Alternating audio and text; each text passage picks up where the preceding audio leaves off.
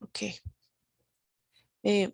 Bueno, para financiarse el gobierno tiene la fuente de ingresos, pues son los impuestos. La otra, pues son hacer un préstamo nacional o hacer un préstamo internacional. O vender alguna institución, que esto tiene muchísima resistencia. Emitir bonos de deuda, y se le promete a la persona al agente económico que compre el bono, se le promete un rendimiento por un periodo de tiempo. En este momento, no sé si se dieron cuenta, eh, los bonos se devaluaron porque el Congreso no ha definido muy claramente las metas para el cumplimiento del préstamo del Fondo Monetario Internacional, y esto genera incertidumbre a nivel internacional. Inmediatamente el precio de los bonos cae. Entonces, la forma más fácil de captar recursos para financiar obras que no tienen un precio sería mediante el pago de impuestos. Para la pregunta que me realizó, ay, no recuerdo el nombre. Fui yo, profe. Y ya ahora sí. Muchísimas gracias. Ah, con mucho gusto. Vieras que no me sale. Sergio, ¿cierto?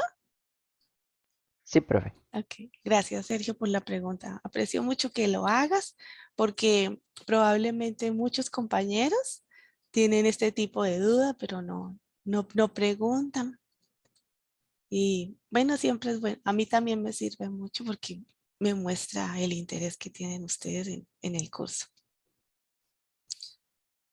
Profe, una pequeña duda. ¿A qué hora es el examen el sábado? Estaba pensando lo de 9 a 12, de 9 a 12. ¿Por qué? ¿Tienes algún inconveniente? No, no, solo era pregunta. Sí, sí. Voy a hacerlo de 9 a 12. Eh, Tal vez allí les ponga una media hora ahí de holgura por aquello que eh, todos son de selección múltiple, y bueno, y la idea es como plantear situaciones que ya hemos estado analizando. Sí, sí, estoy un poco preocupada por las personas que no han hecho ningún quiz. Bueno, pero igual si han hecho las lecturas y han revisado las clases, no van a tener problema porque, pero sí es importante que pues todos los que están matriculados presenten el parcial porque vale un 30%. Al final los quizzes no valen tanto, porque imagínense que todos los quizzes que vamos a hacer valen solo 20%. Y bueno, ahí tenemos también dos foros que también forman parte de los quizzes. Tal vez haga un quiz recuperatorio por si a alguien no le fue muy bien en algún quiz, pero pues eso lo haríamos más adelante, mirando cuando revisemos un poco las notas. Entonces, en realidad el impacto que tiene un quiz en su nota final es bajo. Bueno, si no presenta ya ninguno de todos los quizzes durante todas las 15 semanas, pues ahí sí ya de pronto sí se le puede afectar 20% la nota, si no presenta ninguno. Pero si le va mal en uno de todos los quizzes, pues no va a tener mayor impacto en su nota final. No presentar un parcial sí no significa que va a perder el curso, ¿no? Sino que pues sí se le va a dificultar porque le quedaría el 30% del otro parcial, 50% de parciales y 20% de tareas. Entonces le quedaría 70% de la nota. Entonces quedaría como, o sea, tendría que sacar 100 en todo, perdiendo, no presentando un parcial. Hay que presentar el parcial, aunque sea que no se saquen el 80 o el 100, porque sacarse un 50 o un 60, bueno, yo deseo que se saquen un 90 o un 100, pero en un evento que las cosas no salgan tan bien como uno quisiera, es más fácil recuperar un 60 que recuperar un 0. Entonces les ruego el favor que sí presenten el quiz. Tenemos el recuperatorio, que es el miércoles, o sea, el sábado presentamos el examen parcial. Y el recuperatorio o el sustitutorio para la gente que por alguna circunstancia personal no puede presentarse el sábado, entonces sería el miércoles. Igual la línea del examen es la misma, solo que es un examen distinto, ¿no? No se pone el mismo examen. Y bueno, si aquí al sábado les surge alguna inquietud, bueno, con mucho gusto me escriben y yo voy a estar atenta para contestarles sus interrogantes. Si realizan la lectura de alguna lectura que tuvieran pendiente o repasan nuevamente las lecturas, yo desearía que estuvieran haciendo el portafolio, como ir haciendo un resumen de los principales conceptos. Esto les va a servir un montón, tanto para la asimilación del conocimiento como para sus quizzes y para los parciales.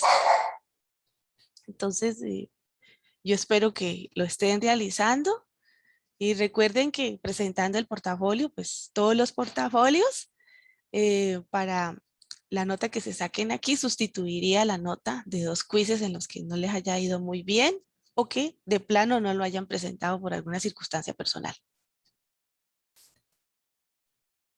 Si tienen alguna otra inquietud, pueden preguntarme. Profe, por ser el examen día sábado hay que conectarnos a sesión Zoom con usted, digamos.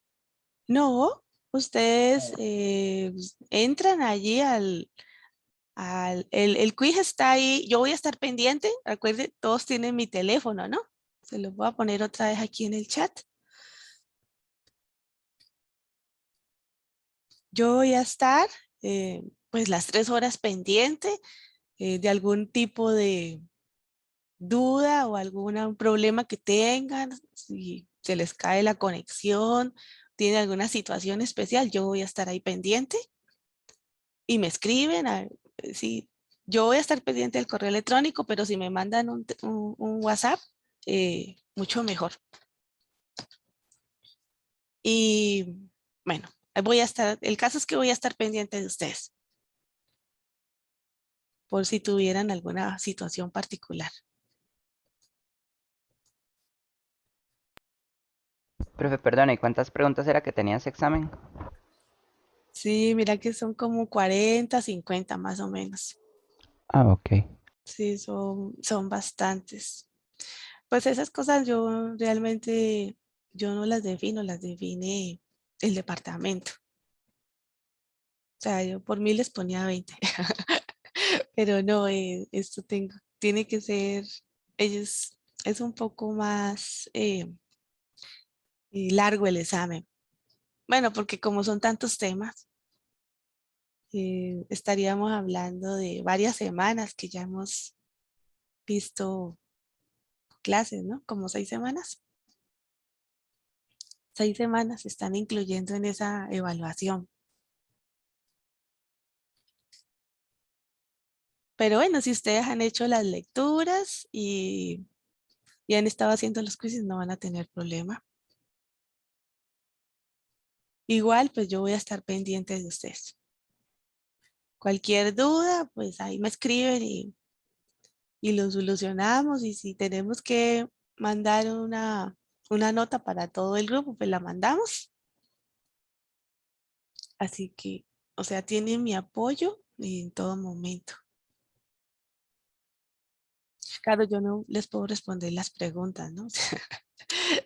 Los puedo orientar si tuvieran alguna confusión, pero ya no les podría dar la respuesta porque esa es lo que estaríamos evaluando, ¿no?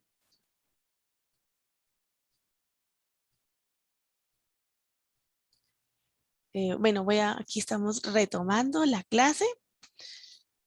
Bueno, la vez pasada estábamos hablando de las formas como se medía la pobreza. Entonces teníamos pobreza por ingreso y que para ello se definía una línea de pobreza.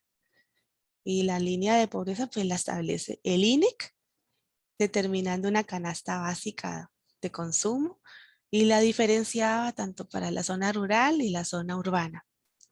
Y si eso es como un valor absoluto que se define la institución y las personas que estaban por debajo de esa línea de pobreza, pues se consideraban que estaban por debajo de ese nivel de ingresos, entonces se consideraba que es pobres y están igual a ese nivel de ingreso que se define, entonces se consideran que están pobres. Si tienen un ingreso superior a ese tope definido, pues no se consideran pobres. Ya cuando se hacen las comparaciones a nivel internacional, con con el fin de homogeneizar la información, entonces se toma la medida de personas que viven con menos de $1 al día o personas que viven con menos de $1, de $2 o de $3 o de $10.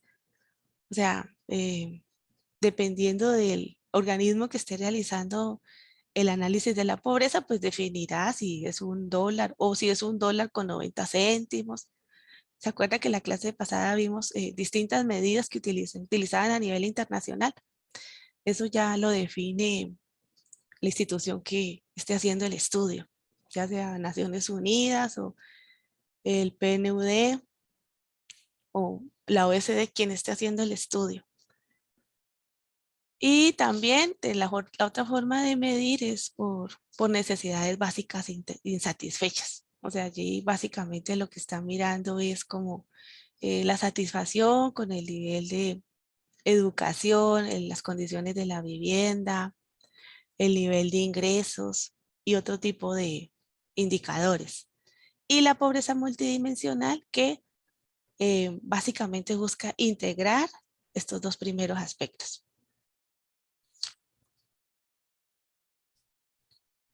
Aquí tenemos las medidas que se definían para pobreza extrema y para pobreza total por año. Entonces, en el caso de Costa Rica, estoy un poco como recapitulando la clase pasada como para ponernos como en sintonía. Entonces, la línea de pobreza para la zona urbana era 112.266 colones. La línea de pobreza extrema urbana sería 50.000 con 245 colones. Por ejemplo, una pregunta aquí interesante es que a ustedes les den un valor y ustedes identifiquen si ese hogar está por encima o por debajo de la línea de pobreza. Entonces ustedes deberían tener en cuenta estos valores. Entonces, se le podría decir, este hogar es de la zona rural y clasifíquelo si está dentro de la línea de pobreza extrema o de línea de pobreza. Y ustedes como ya identifican estos valores, entonces podrían ubicar en dónde estaría el hogar. Por ejemplo, un hogar que tenga unos ingresos de 500.000 colones, ustedes probablemente no lo ubiquen, ¿no? Como un hogar pobre.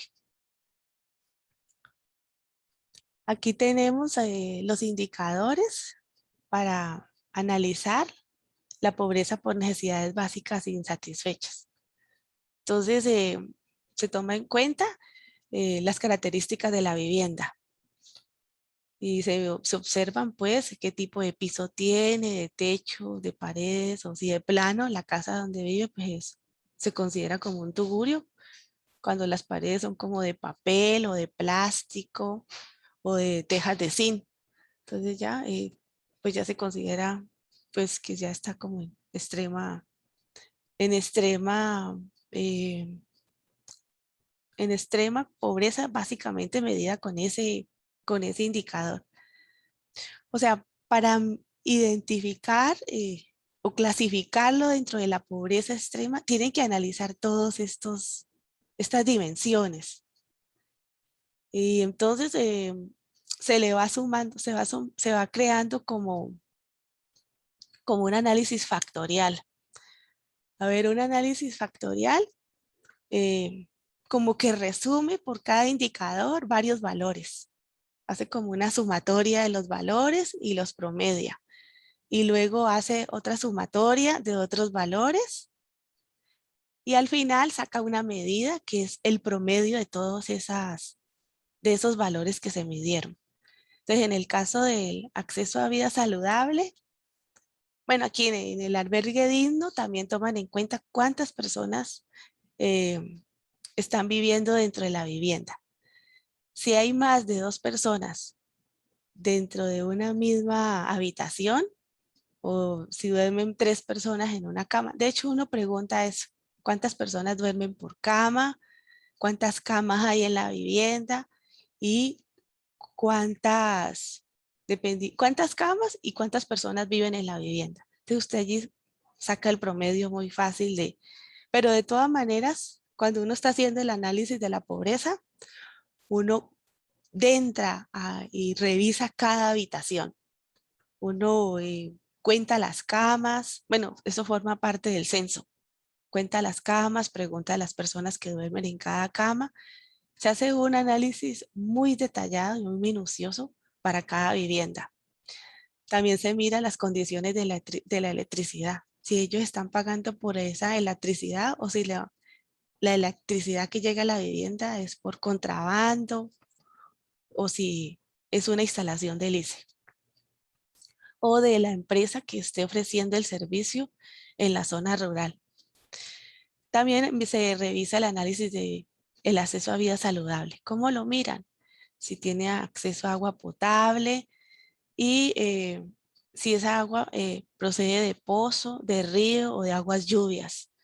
En algunos casos de viviendas de la vida rural, la gente lo que hace es como colectar en unos tarros aguas lluvias y con esa agua pues se bañan o hacen algunas actividades del hogar cuando el agua escasea. También se mira si tiene excretas o si no tiene cañería. A veces en la zona rural lo que se usa es como se hace un hueco en la tierra y la gente pues ahí hace sus necesidades. Pues esto no es un saneamiento pues adecuado. Y también se analiza la asistencia escolar.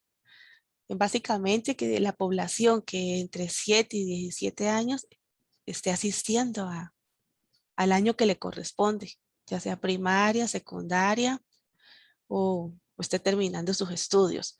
Y si esos miembros tienen rezago escolar y de cuánto es el rezago.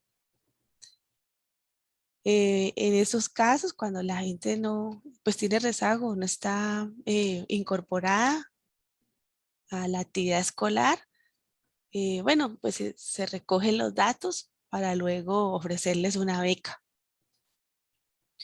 También se analiza el acceso a otros servicios, como cuántos miembros de la familia están recibiendo ingresos, si algunas de estas personas son pensionadas, si reciben algún tipo de ayuda por invalidez y en general si tienen un ingreso permanente o es un ingreso, trabaja por destajo o a lo que les resulte en el día. Todo esto sirve para determinar el nivel de ingresos del hogar. También se analiza el nivel de dependencia, es decir, cuántas personas dependen del cabeza de hogar. Si por ejemplo es madre soltera y tiene 4 hijos y ella sale pues a trabajar en la limpieza de otras casas, entonces, y si tiene 4 hijos, entonces ahí hay una dependencia de 4 personas con un solo ingreso y un solo ingreso inestable. Se analiza pues si son madres solteras o también hay padres que son responsables son jefes de hogar. También no solamente hay jefas de hogar, sino jefes de hogar sin la madre, pues. Se analiza la educación promedio que tiene el jefe de hogar y si hay adultos mayores y si esos adultos mayores tienen enfermedades crónicas. Todo esto a veces acentúa aún más la pobreza, porque a veces como que la pobreza es como un círculo, eh, que como que eh, se vuelve repetitivo. Generalmente las personas que tienen los hogares pobres a veces no tienen buen nivel de ingresos, además hay adultos mayores y además estos adultos mayores tienen enfermedades crónicas. Entonces, a veces los pocos recursos que se captan, a veces son para destinarlos para el adulto mayor y no para los niños que deberían estar en la escuela. Entonces, se va perpetuando pues ese círculo de la pobreza. Perdón, aquí está. Esta medida es del porcentaje de hogares con al menos una carencia crítica Esto se define, estas tres medidas son con base a los tres censos que se han realizado, uno en bueno, antes también se habían realizado, pero aquí tenemos la medida a partir de 1984, el segundo censo, el último censo se realizó en el año 2000 y el siguiente censo se realizó en el 2011. Actualmente íbamos a hacer ahora en el 2021 se debería hacer el siguiente, bueno, se debería haber hecho en el 2020, pero debido a la pandemia se aplazó para el 2021, o sea, para este año. El INEC actualmente tiene los recursos, sin embargo, el gobierno no le ha autorizado realizar este censo por la regla fiscal.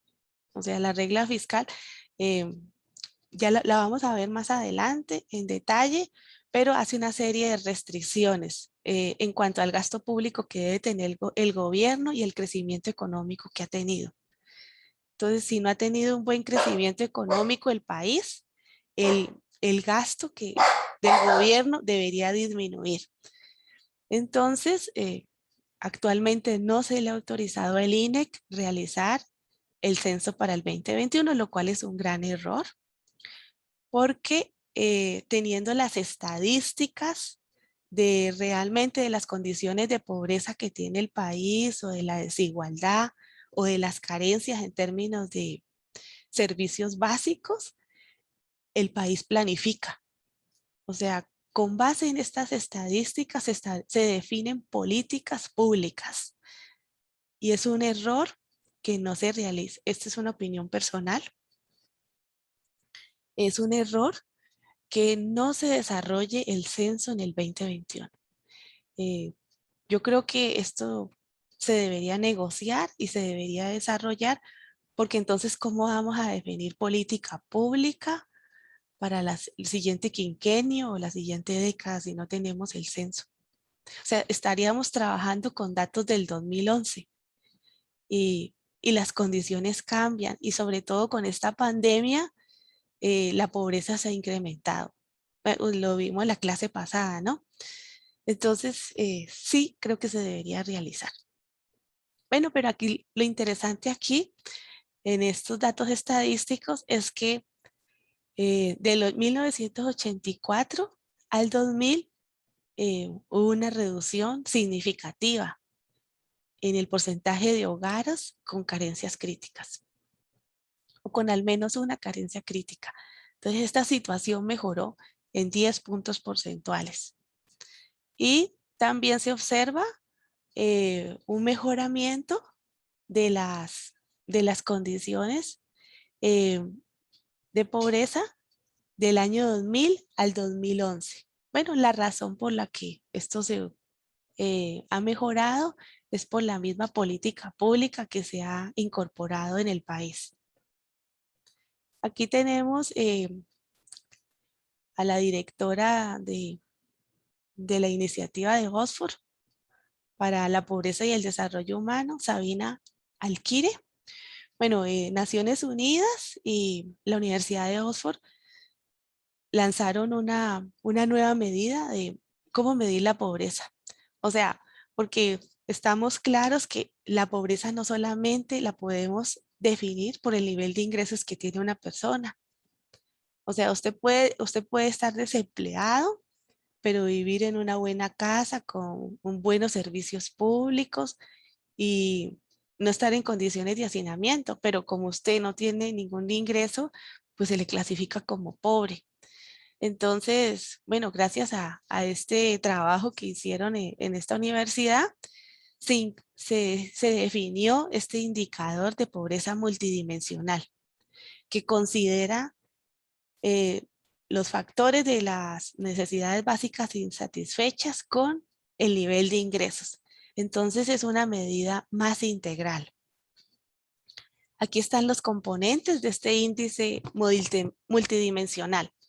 Toma en cuenta la educación, eh, la vivienda y el uso de Internet, salud, trabajo y protección social. Cuando habla de la educación, se refiere básicamente a que la persona no asista a una educación formal o que exista rezago educativo o no haya tenido logros en términos de su escolaridad. Y se mide generalmente el bajo nivel educativo se asocia con el capital humano.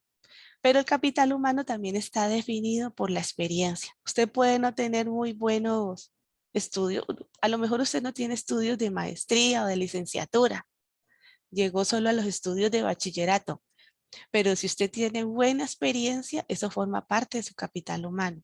O si usted ha desarrollado otras destrezas con lenguajes ofimáticos, manejos de bases de datos y ha aprendido otras tecnologías.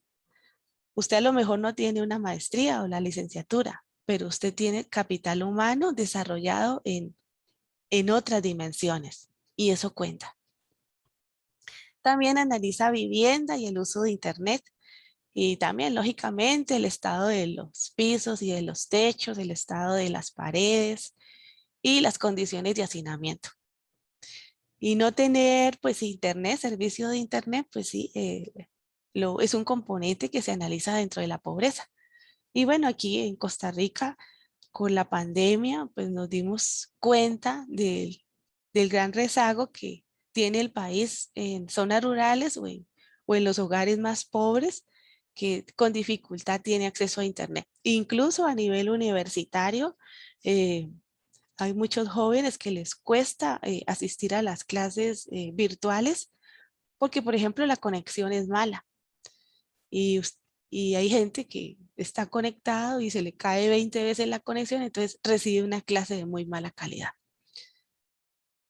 Por eso, pues, me parece excelente pues que a los estudiantes no se les cuente la asistencia virtual.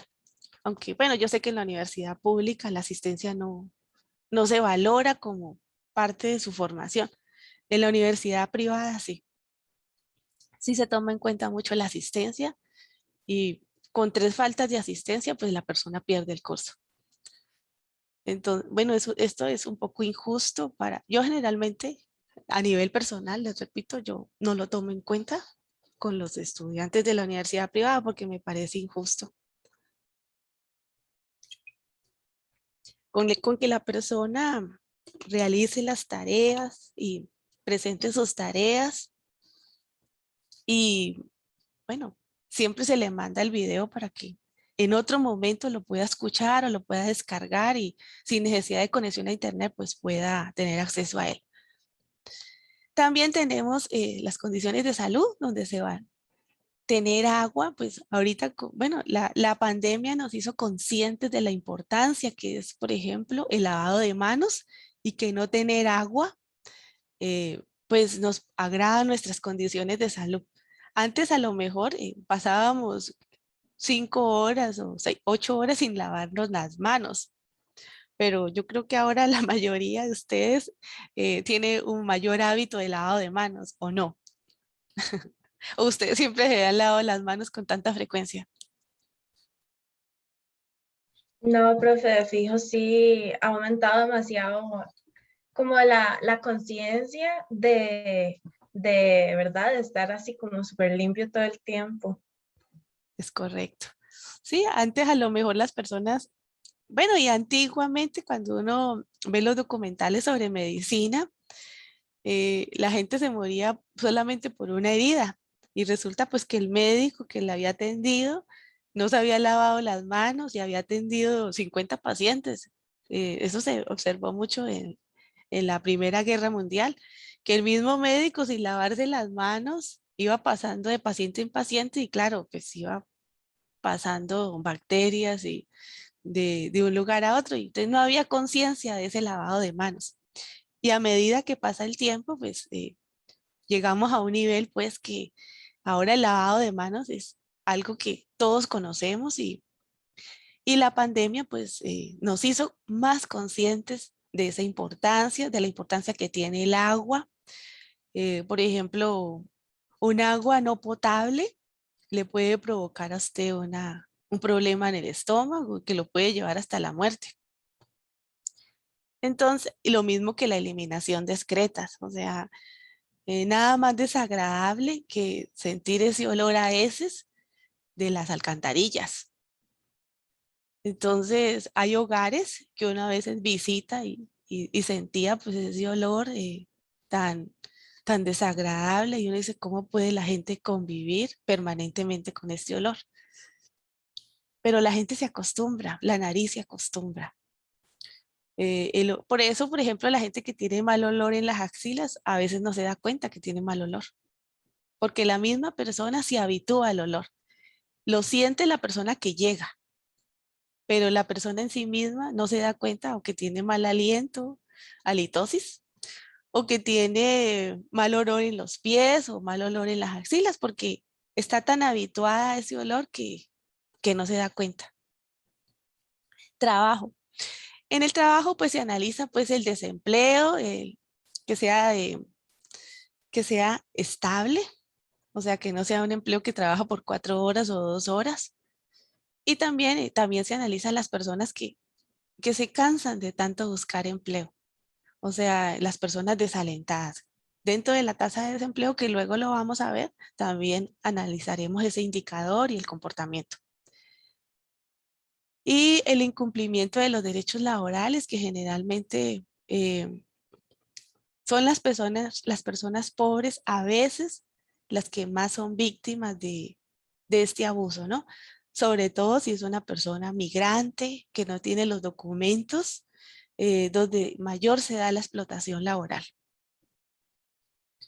Y o si también si las personas son independientes, muchas veces las personas tienen un negocio familiar, pero nadie recibe sueldo en ese negocio.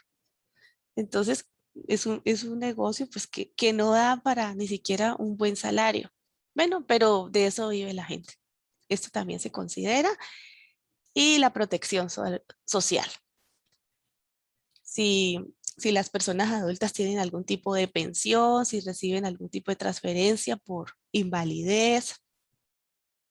O a veces cuando tenemos un enfermo en casa, pues las personas renunciamos al trabajo y dejamos de percibir esos ingresos.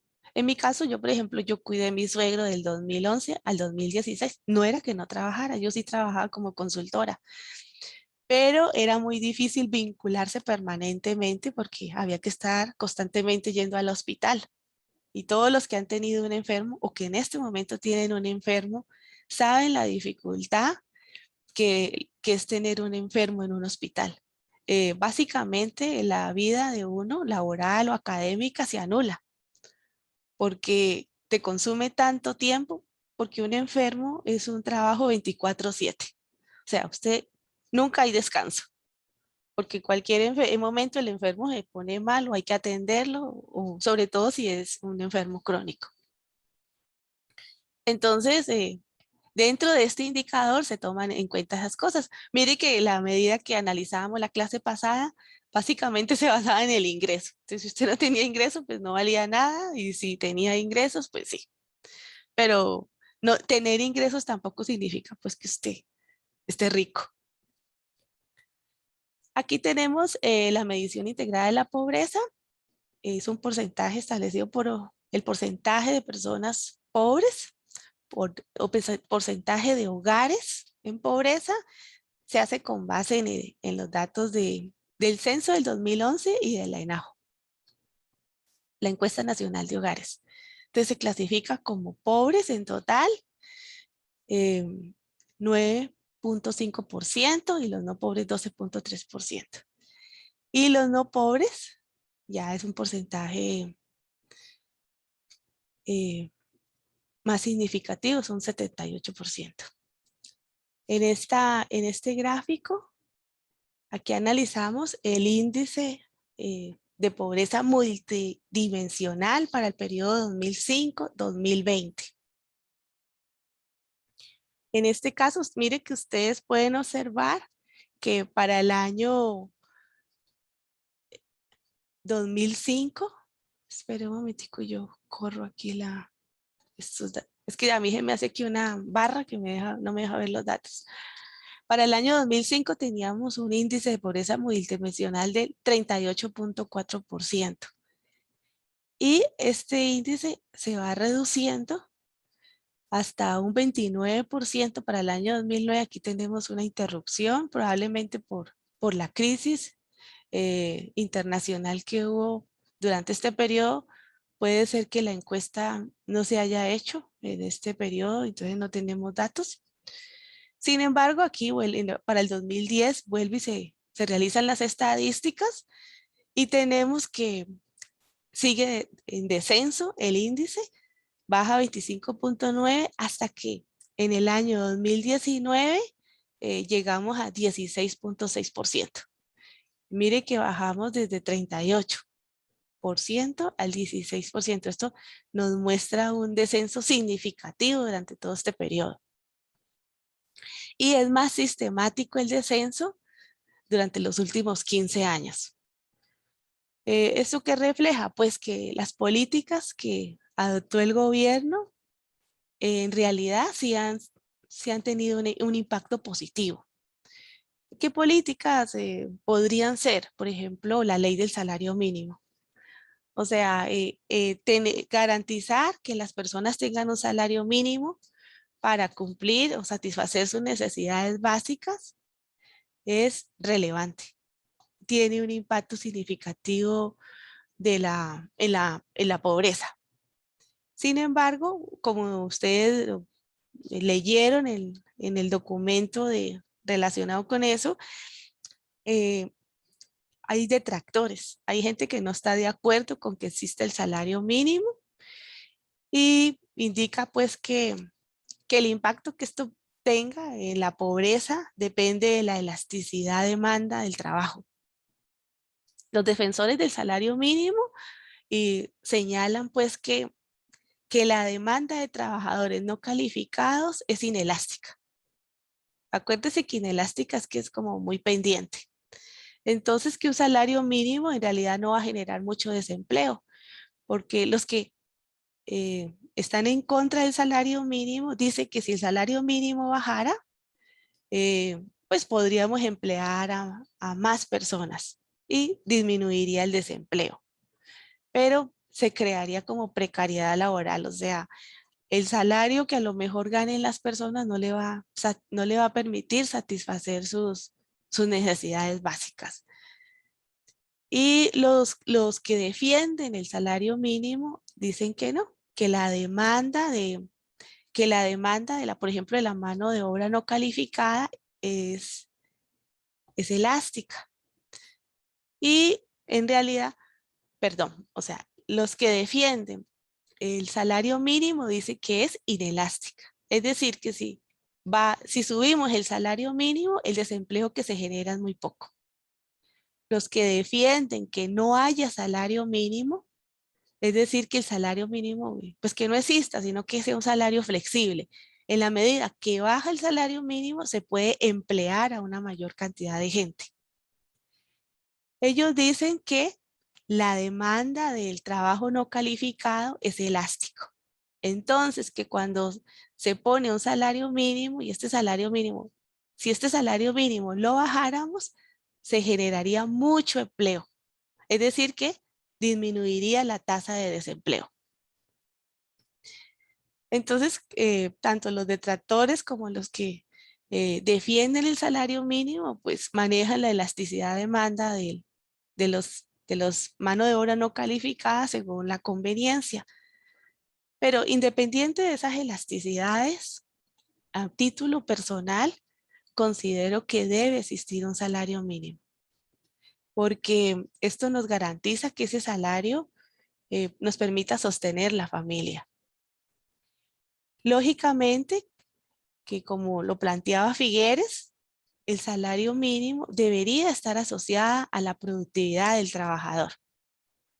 ¿Y cómo mejoramos la productividad del trabajador? Pues dándole capacitación. Si está vinculado a mi empresa, ofrecerle cursos de capacitación para que mi empleado mejore su productividad. O si está dentro de mi empresa, si compro maquinaria y nueva tecnología, capacitar, pagarle cursos de capacitación al empleado para que aprenda a manejar esta tecnología y así haya un incremento del salario asociado a su productividad. Entonces, de mi parte, yo sería una defensora total del salario mínimo. Ustedes tendrán su propia opinión. ¿A ustedes qué les parece?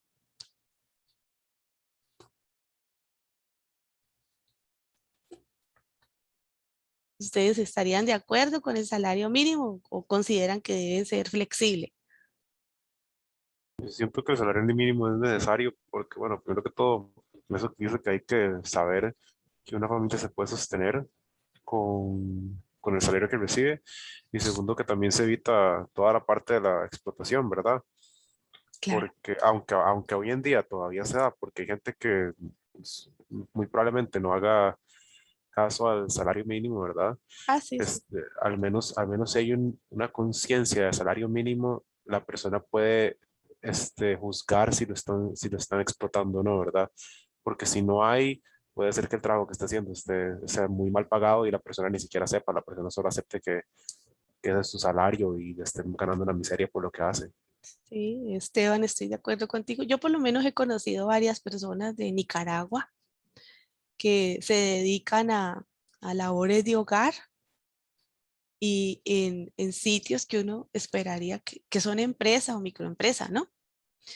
Que no les pagan lo correspondiente al salario mínimo, no les pagan prestaciones y aunque las personas de otros países tengan sus papeles en regla, pero ¿por qué la persona no lo denuncia? Porque piensa que es preferible tener ese poquito de ingresos a no tener nada. Y ahora pues con esta situación que estamos viviendo, menos que una persona va a ir a denunciar, porque sabe que si se va y deja ese empleo, ahí atrás hay 20 o más. O sea, detrás de cada puesto hay muchas personas haciendo fila. Entonces, abusa mucho no tiene que ser, por ejemplo, eh, hay hogares pues que contratan empleadas de servicio por días, también les pagan mal, pero también hay empresas creadas oficialmente con entidad jurídica que también realizan esta labor así. No solamente en este país, eso es en toda Latinoamérica y en Europa y en Estados Unidos.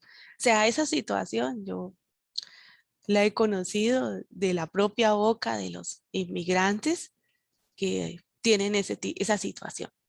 Entonces, sí, al menos como plantea Esteban, como conciencia, al menos de que el patrón no sepa, me estoy aprovechando de esta gente y que en algún lugar de su conciencia, en algún momento, lo haga reflexionar. Otra política que ha favorecido este descenso del índice de pobreza multidimensional es la asistencia social que brinda el gobierno. Por ejemplo, con el programa IMAS. ¿Se acuerda que la clase pasada veíamos que la región Brunca era la que más había disminuido la pobreza y todas las demás regiones había incrementado?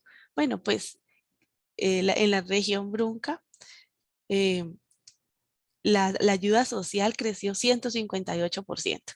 O sea, como ha sido siempre una región tan pobre, entonces tiene prioridad a nivel nacional.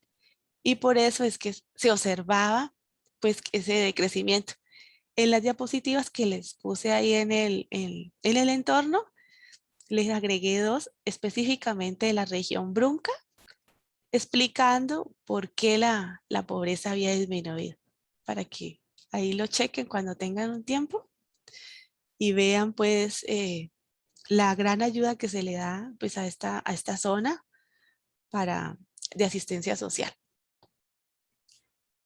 O sea, a los que son críticos de este tipo de asistencia social, dice que pues que todos estos pobres no van a hacer ningún esfuerzo para salir de la pobreza porque eh, se vuelven como codependientes pues de esa ayuda social.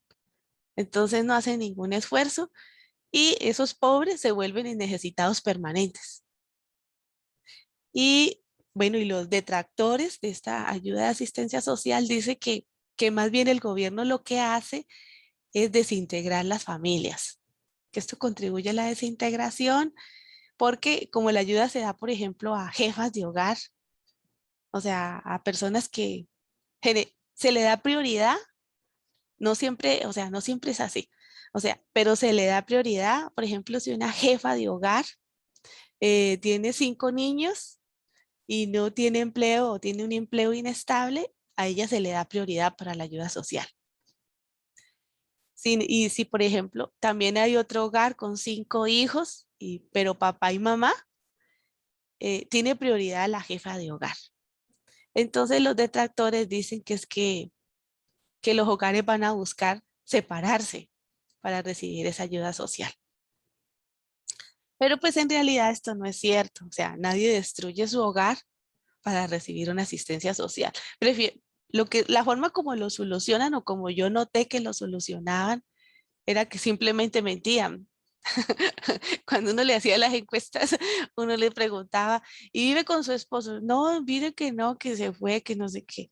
Y luego pues uno por los vecinos se daba cuenta que el esposo sí vivía con la señora.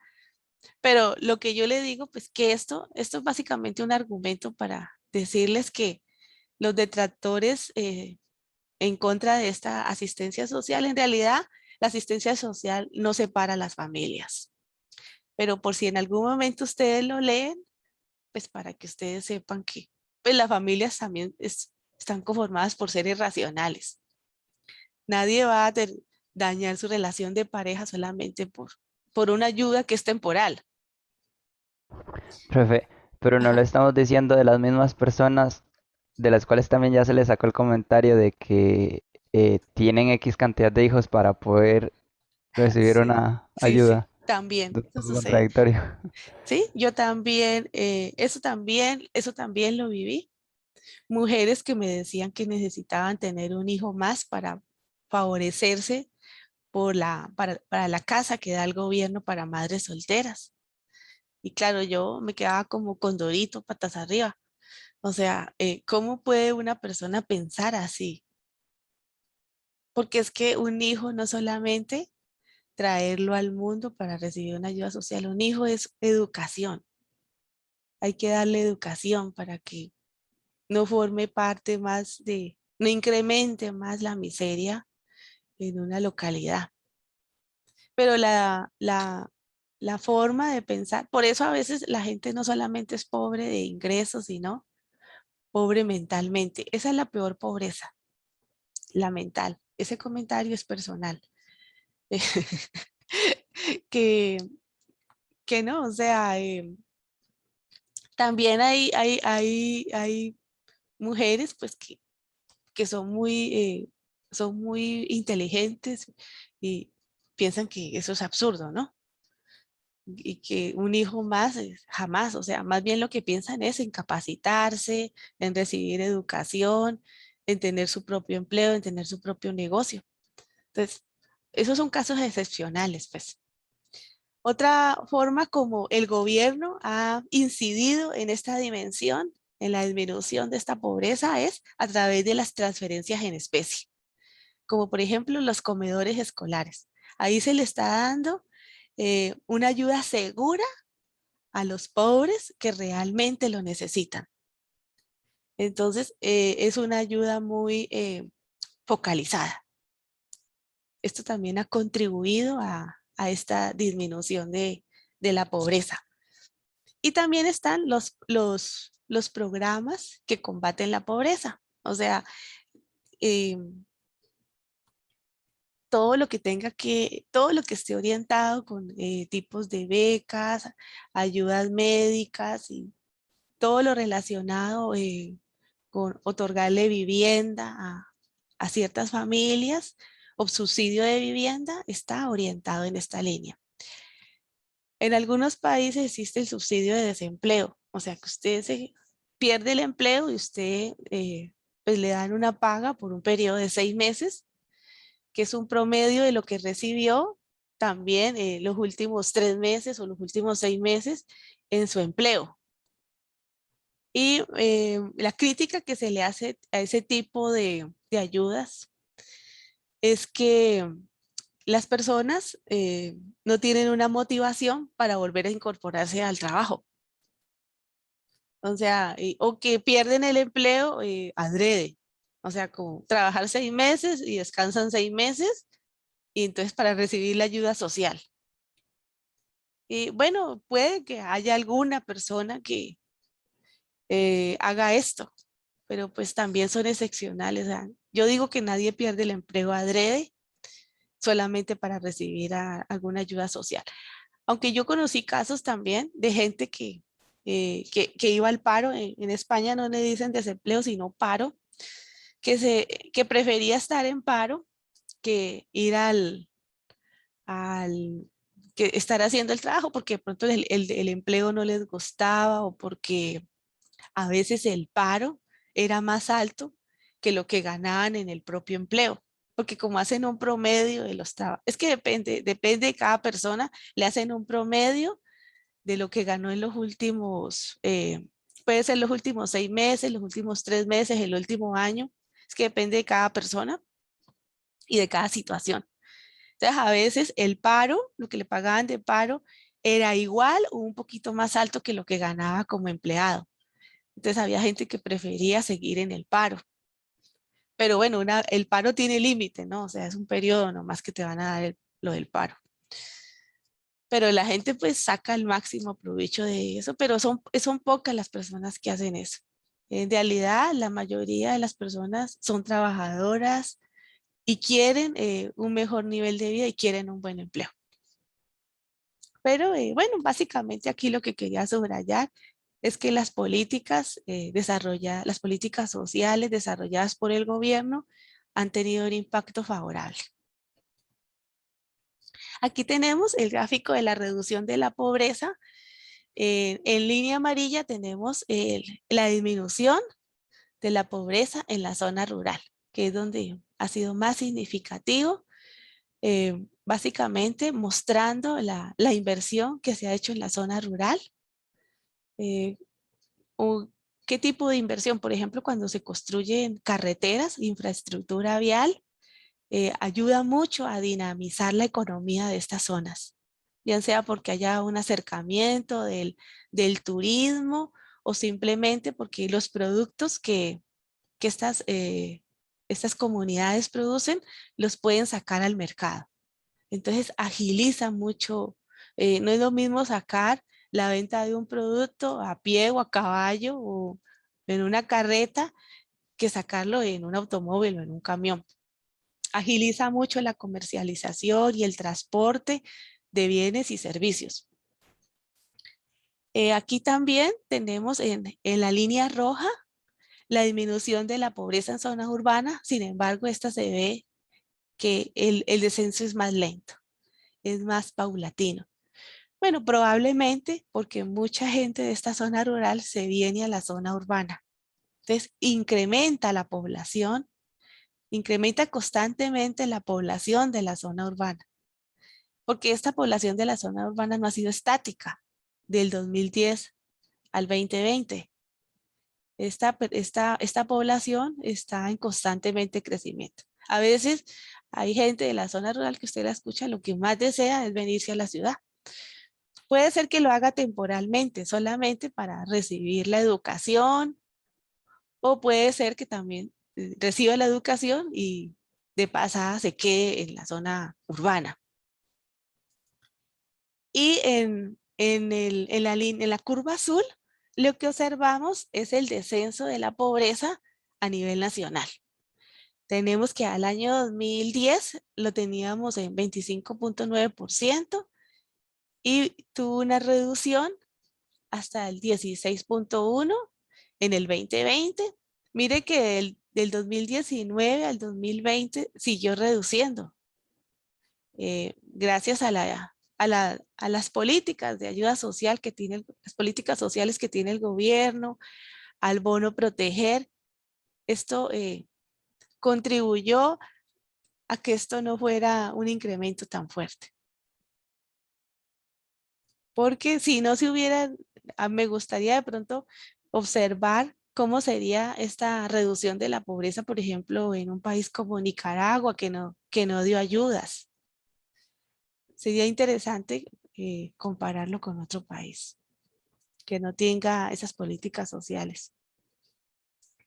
En este gráfico también observamos la incidencia de la pobreza multidimensional para el periodo 2010-2020.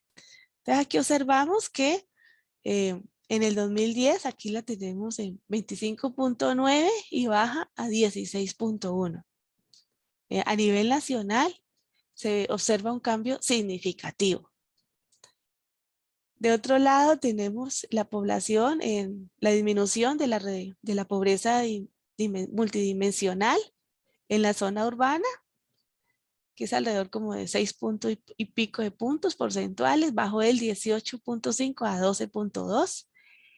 Y la disminución significativa en la zona rural del 46.7 a 26.3. Aquí se observan casi 20 puntos porcentuales. Ahora analicemos el comportamiento de la incidencia de pobreza en las distintas regiones. Mire, ¿dónde observan que disminuyó más?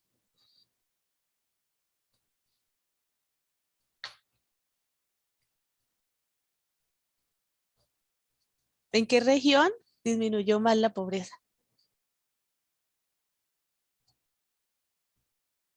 Del 2010 al 2020, al 2020. En la Brunca. Efectivamente. Es increíblemente significativo. Bueno, es que la Brunca es una región muy pobre. Entonces, como es prioritaria a nivel nacional, pues se observa pues esa disminución tan importante de más de 20 puntos, ¿no? También observamos en la Chorotega, esta disminución también es significativa, con casi 20 puntos. Bueno, en todas las regiones esto es sustancial. Donde menos hay reducciones en la zona central. Probablemente, yo digo, mi hipótesis sería que haya algún tipo de desplazamiento de estas otras regiones hacia acá. Y bueno, esto nos muestra que, pues que en el país las cosas han mejorado. Aunque a veces uno escuche tantas noticias pesimistas o comentarios tan críticos hacia el gobierno, pero los datos no mienten, ¿no? Los datos nos dicen pues que sí se está haciendo cosas por los ciudadanos. En este caso, aquí observamos la pobreza por ingreso y la pobreza multidimensional. En el círculo rojo, bueno, este es vino tinto, estamos viendo los pobres, observamos pues que están los pobres solo por el índice de pobreza multidimensional que asciende al 7.5%. Y en el círculo azul observamos que la pobreza pues, definidos por la línea de pobreza es de 17.6%. Miren que aquí es más alta, ¿no? O sea, definido por la canasta básica, nos da una pobreza más alta. Bueno, porque es una pobreza por ingreso y no toma en cuenta otras dimensiones. Y en la intersección nos define un 8.5% de los hogares que califican como pobres para ambos criterios. Y esto suma alrededor de 136.603 hogares. Siempre pues son mayores la cantidad de hogares por línea de pobreza que por el índice de pobreza dimensional. Y los que son no pobres ni por ninguna de las dos indicadores de medición de pobreza, pues es alrededor del 66.3% y asciende a más de 1 millón de hogares.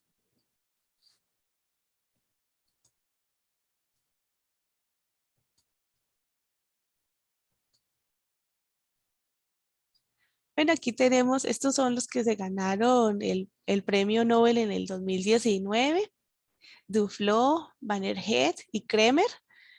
Ellos trabajaron líneas de investigación relacionadas con la pobreza y dentro de los indicadores definieron nuevas formas de medir la pobreza para realizar el análisis de pobreza multidimensional. Y en este caso, aquí tenemos, vamos a hablar ahora de la desigualdad económica. O sea, ya terminamos el tema de la pobreza y pobreza no necesariamente significa, no es lo mismo que desigualdad. O sea, la desigualdad se refiere como a la concentración de la riqueza en determinados grupos. La pobreza se define o se asocia más que todo a el incumplimiento de lograr un determinado valor absoluto en nivel de ingresos o al incumplimiento de no lograr la satisfacción de las necesidades básicas. Y la desigualdad económica se refiere básicamente a la distancia social que existe entre los distintos niveles de ingresos, ya sea entre pobres y ricos, o entre el quintil más bajo y el quintil más alto, o entre la clase media y los súper ricos, o los pobres y la clase media, o la clase media y los menos ricos, o los súper ricos y los menos ricos. O sea, estamos mirando es como esa distancia que hay. Y hay varias formas de medir la desigualdad.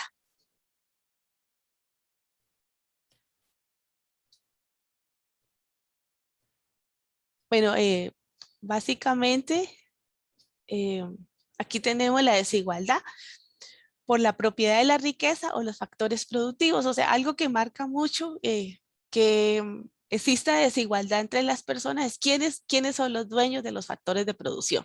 Tierra, capital, trabajo. ¿Quiénes son los propietarios de eso? ¿Y quiénes son los empleados o los que dependen de una remuneración? Y se recuerdan que nosotros en la clase pasada veíamos que básicamente el 80% de las personas en el país dependían de la remuneración, bien sea porque recibían un salario o porque estaban o tenían un negocio propio. Entonces, eso pues genera como que es como el abrebocas de la desigualdad. Y aquí nos menciona pues distintos tipos de empleo pues generan o contribuyen a que sí exista cierto nivel de desigualdad. Por ejemplo, si usted tiene un empleo donde la mano de obra es muy calificada y dentro de su empleo usted maneja alta tecnología, probablemente eso hace que usted tenga una alta productividad. Y su nivel de ingresos en consecuencia pues va a ser alto. Sin embargo, si usted tiene un nivel educativo bajo, no utiliza buena tecnología o de plano no utiliza tecnología en la labor que usted realiza, pues eso hace que usted tenga o contribuye a que usted tenga un bajo nivel de ingresos o un salario bajo. Entonces, lo relevante aquí es que si usted tiene un buen nivel educativo, buena experiencia laboral y su trabajo se relaciona con tecnología o alta tecnología, pues eso a usted le va a permitir tener una buena productividad o que tenga una productividad en ascenso. Sin embargo, si es lo contrario, pues su salario puede estar bajo o estar permanentemente bajo. Porque difícilmente usted va a mejorar su productividad. Si usted no mejora su nivel educativo o si no mejora su experiencia o no mejora sus destrezas, pues usted no va a mejorar su nivel de salarial o su nivel de ingresos. Hay algunos factores que contribuyen a la desigualdad. Bueno, es básicamente este pescador, bueno, básicamente, pues usted el nivel educativo que necesita para pescar, pues básicamente que le enseñen pues cómo utilizar la red de pesca o utilizar la vara de pescar. Y casi que esto se aprende de padres a hijos. Sin embargo, ya para usted trabajar en robótica, pues usted ya requiere un nivel de calificación importante. Yo no sé aquí cuántos de los que estamos en este momento en la reunión podríamos trabajar en robótica.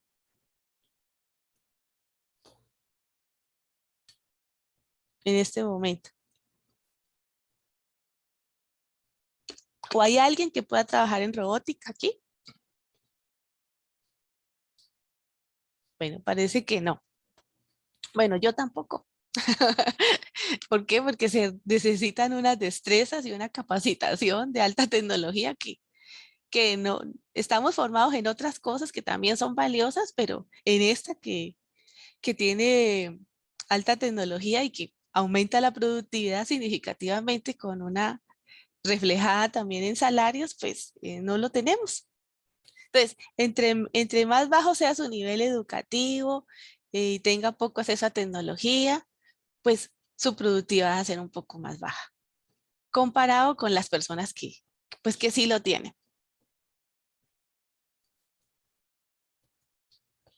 Hay varios otros factores que también influyen en la desigualdad. Por ejemplo, que eh,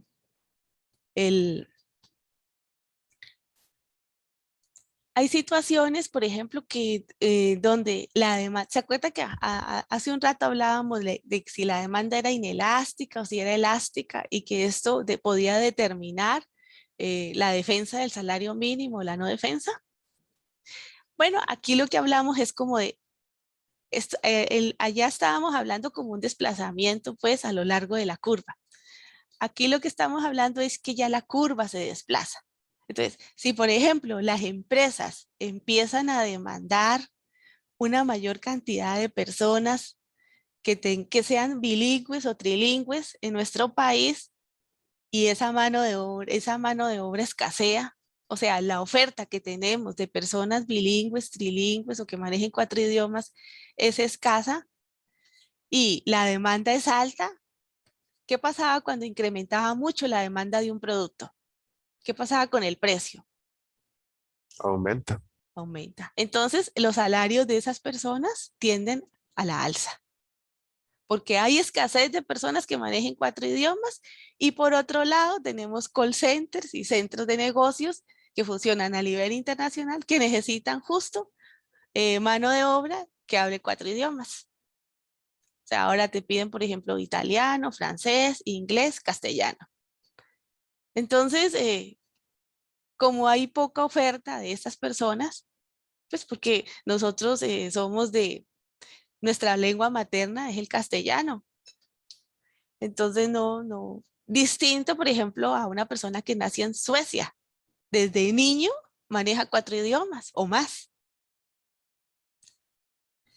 Y aquí tenemos también, por otro lado, si la demanda de mano de obra no calificada, por ejemplo, demanda de pescadores, crece muy lentamente y tenemos muchos pescadores en el país, entonces los salarios de estas personas pues se van a mantener bajos o en el peor de los casos bajan, disminuyen. Entonces, los salarios pues también están afectados por cuánta cantidad de personas demanden las personas. Hace poco yo leía un artículo en La Nación de que sí había empleo, que lo que pasa es que la gente que demandan las personas o el sector industrial eh, no, no está abastecido, no está suficientemente abastecido por la mano de obra que se ofrece. Bueno, y eso que Costa Rica es uno de los países que más se destaca por tener mano de obra calificada, por el alto nivel de escolaridad, debido a que todo lo que se destina normalmente en otros países al financiamiento del ejército, Costa Rica lo destina a servicio, a todo lo que tiene que ver con el sector social, bien sea salud, educación, vivienda. Otro factor que influye en la desigualdad es, por ejemplo, el comercio. O sea, anteriormente, o sea, estamos hablando antes de la pandemia, el comercio básicamente se hacía físico. Entonces usted necesitaba una empleada que fuera bien presentada, que con normas de urbanidad básicas. Bueno, estoy haciendo un ejemplo extremo, ¿no? Como para tratar de explicar la, cómo influye el factor sobre la desigualdad. Entonces necesitábamos una empleada que supiera pronto normas de urbanidad y buena presentación y que atendiera a todo el que llegara a la tienda. Y si ya tuviéramos una boutique o una tienda de comestibles. Hoy en día, pues como la pandemia y todo el cierre, entonces lo que más se aumentó fue la tecnología, fue referente a el cambio de venta física a venta en línea. Entonces ya no necesitábamos sí la empleada, pero ya no tanto que fuera bonita, sino que supiera el lenguaje ofimático, que supiera realizar cobros de usando tarjetas de débito, tarjetas de crédito y manejando pues el software que se utiliza para esto. Entonces eso le agregó capital humano a ese empleado que anteriormente a lo mejor solamente con primaria con primaria ya podía vender ahí en la tienda. Pero ahora sí ya necesitamos que además de pronto maneje inglés, porque si tenemos clientes que nos compran nuestros productos y pertenecen a otro país o hablan otro idioma, entonces necesitamos personas que manejen la tecnología y otros idiomas. Entonces allí el comercio, el cambio de comercio de físico en línea, pues allí tiene un impacto, ¿no? O lo otro es la migración. Si, por ejemplo, migran muchas personas con bajo nivel educativo a nuestro país, y aquí ya tenemos nuestros propios personas con bajo nivel educativo, entonces ya crece mucho la mano de obra no calificada, entonces tenemos una gran oferta de mano de obra calificada y una demanda que crece lentamente sobre mano de obra no calificada. Entonces, el resultado es salarios bajos, porque no hay quien empuje. Bueno, aunque por ejemplo en Estados Unidos se necesitó mucha mano de obra calificada, hubo escasez de mano de obra no calificada, pues en el periodo de Trump, porque él puso barreras para la entrada de los migrantes y al final, pues Estados Unidos enfrentó un problema de falta de mano de obra no calificada para colectar sus cosechas. Entonces, también depende de la situación y depende del contexto. Y depende de las disposiciones que asuma el gobierno para la entrada y salida de personas. ¿Cómo influye la terciarización en la desigualdad de los ingresos? ¿Qué significa terciarización? Anteriormente, lo que producían los países era, pues más que todo, productos primarios, banano, café, flores, y esto era lo que se exportaba. Entonces, muchos países de Latinoamérica se basaban en eso, ¿no?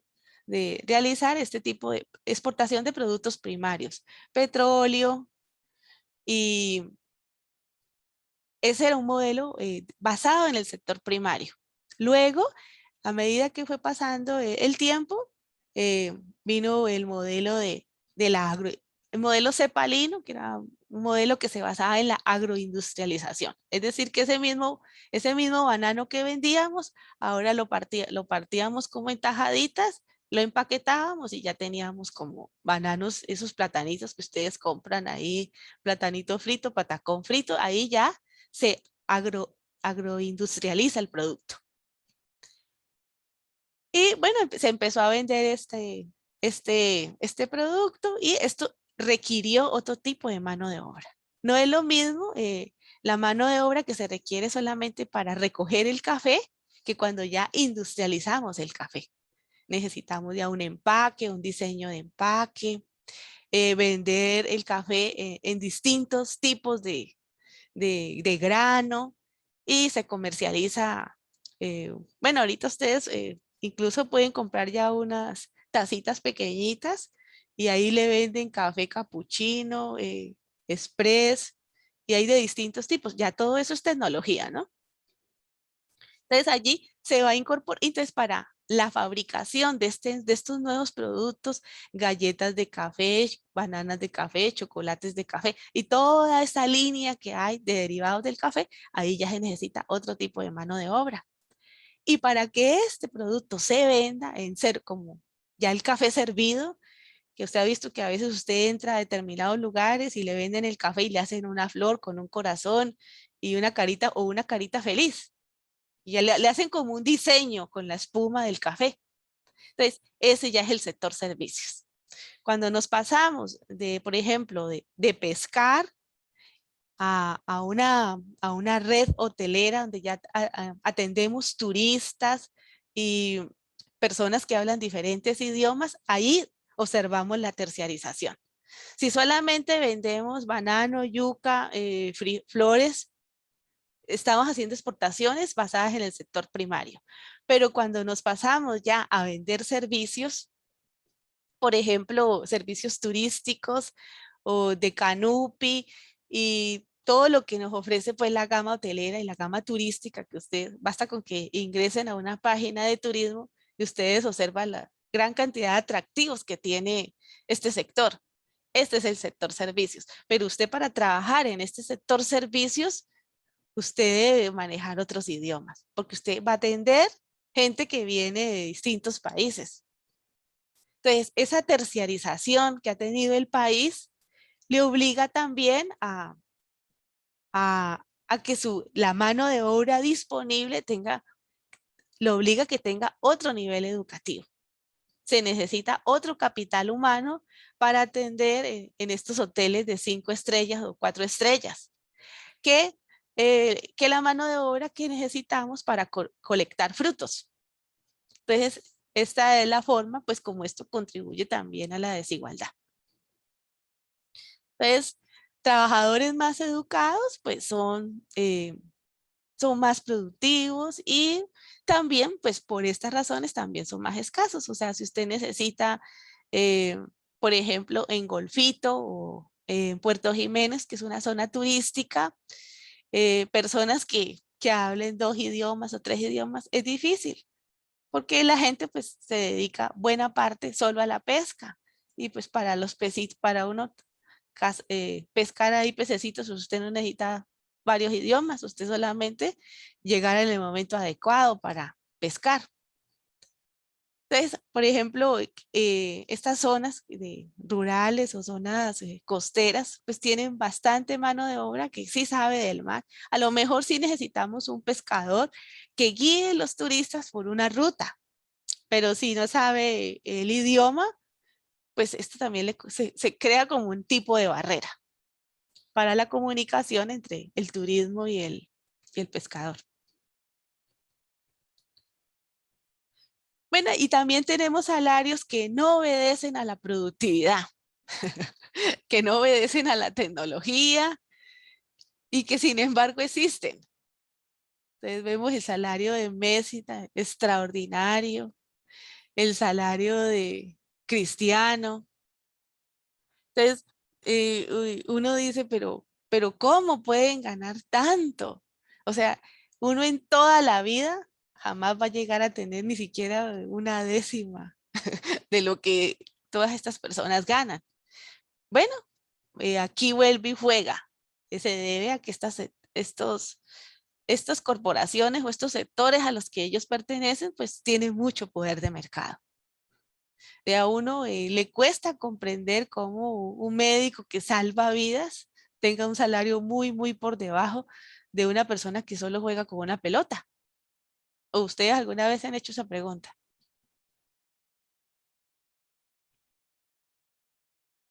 ¿Qué opinan de estos salarios?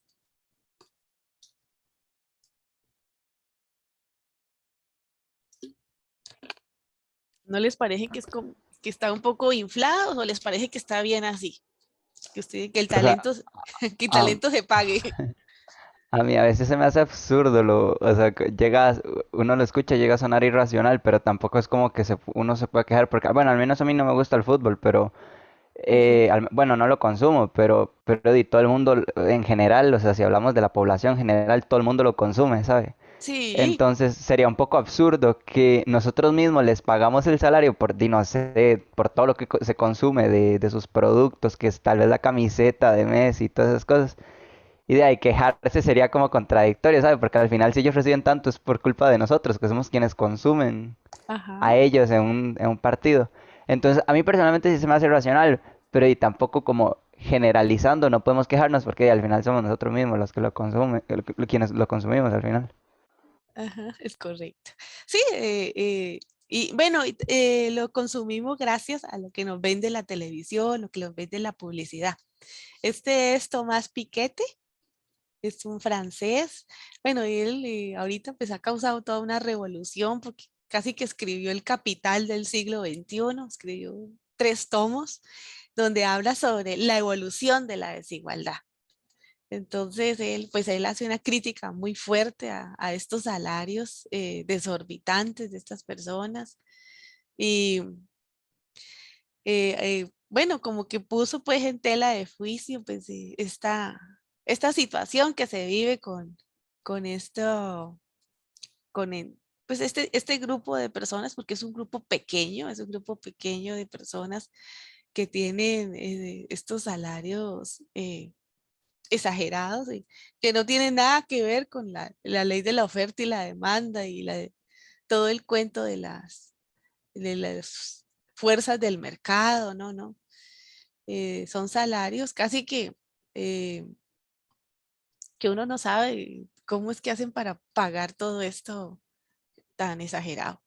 Pero bueno, es de todo hay, ¿no? O sea, también están los artistas de Hollywood que ganan cifras millonarias, millonarias por hacer un papel.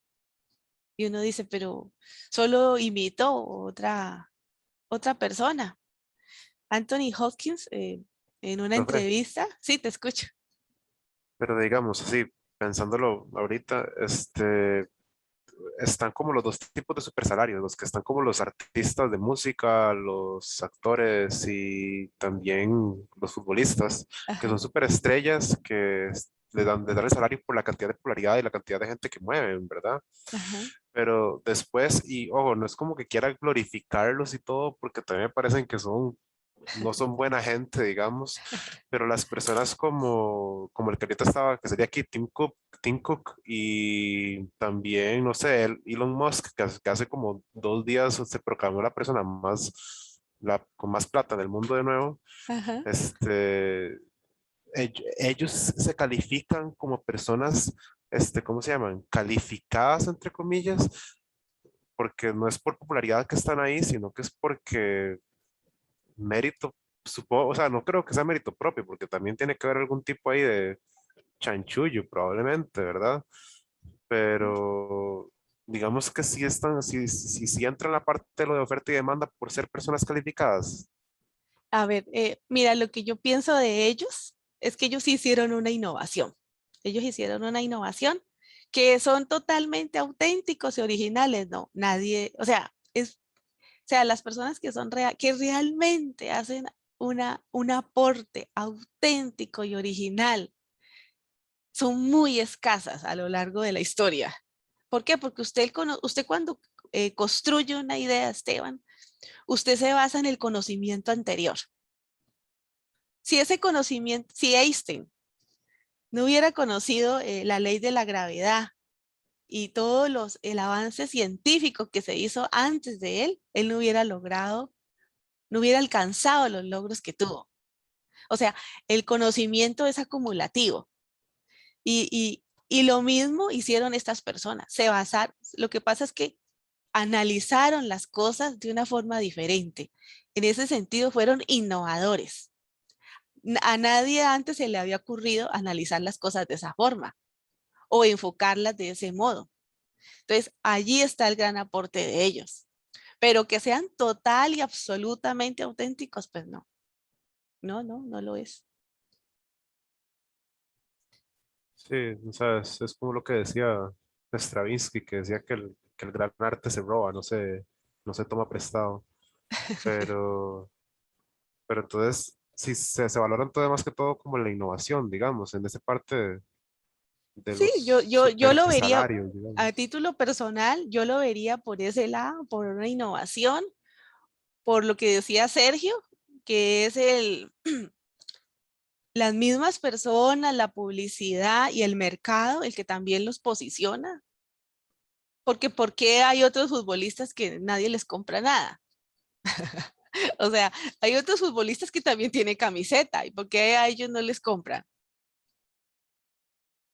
Entonces también es, bueno, también es una mezcla de talento. Por ejemplo, ver a Messi jugar, o sea, yo, pues yo no soy fanática de fútbol, pero uno ve a Messi jugar o a Cristiano y la verdad que uno le entusiasma porque uno agarra una pelota y la verdad es que yo no le doy con bola con eso.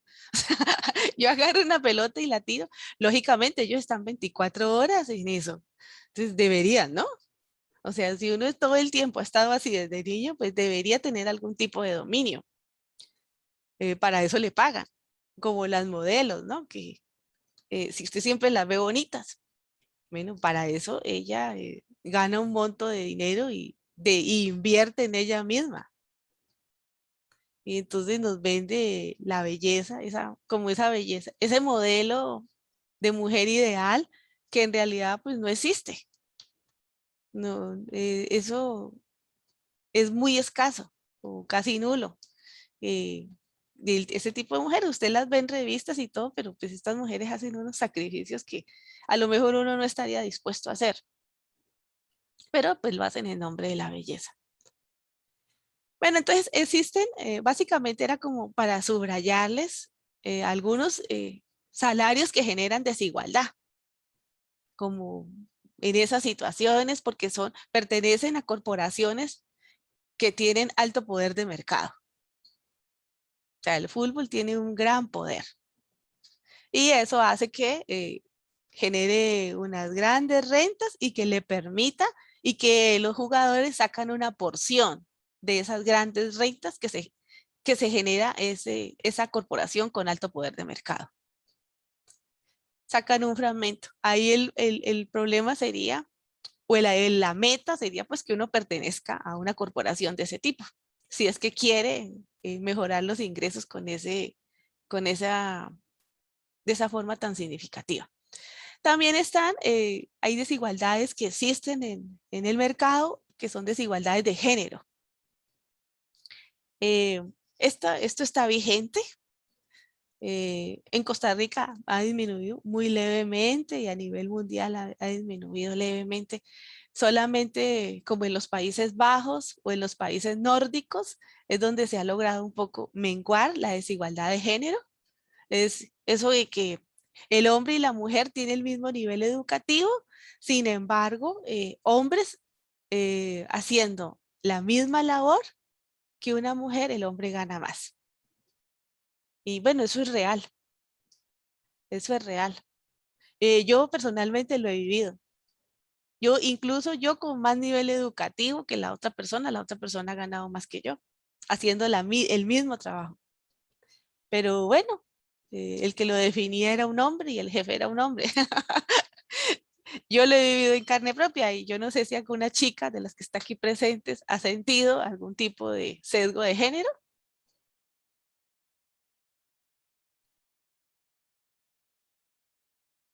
Ninguna. Nunca se han sentido discriminadas.